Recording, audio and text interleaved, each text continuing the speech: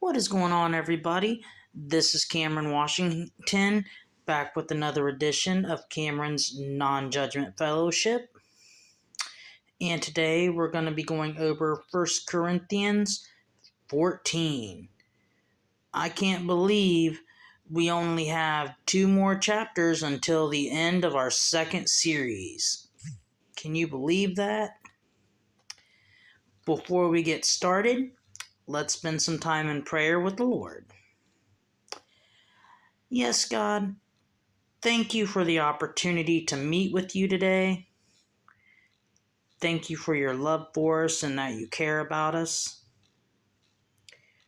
I pray for those listening that you would be opening their hearts and their minds to what you want them to hear today. And I pray that you would be speaking through me as I deliver your message. And as always, Lord, I thank you for what your Son did on the cross for us. In your name, amen.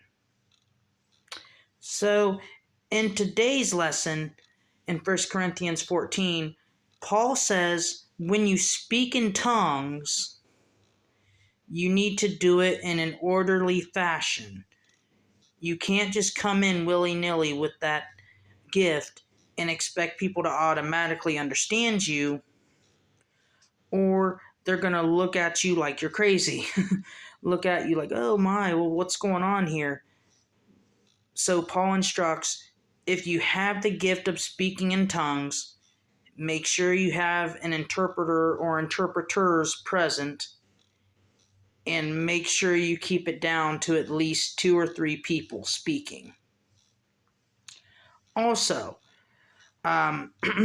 for some people, this might be a little bit of a iffy part of the passage.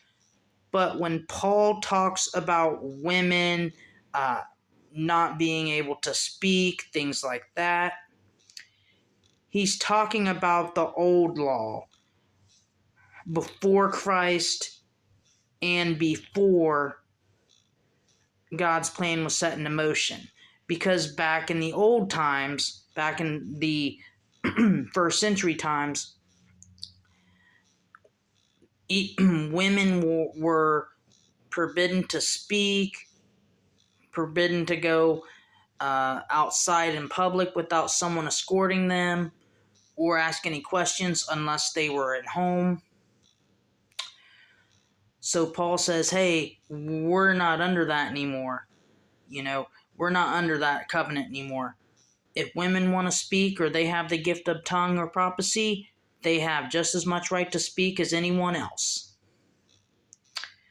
So what Paul is saying is, if you have a spiritual gift, make sure you use it properly. And that is the message of 1 Corinthians 14. I hope you guys will join me next week for our bi-weekly prayer day. Also, my book has been in production. I have the audio versions out,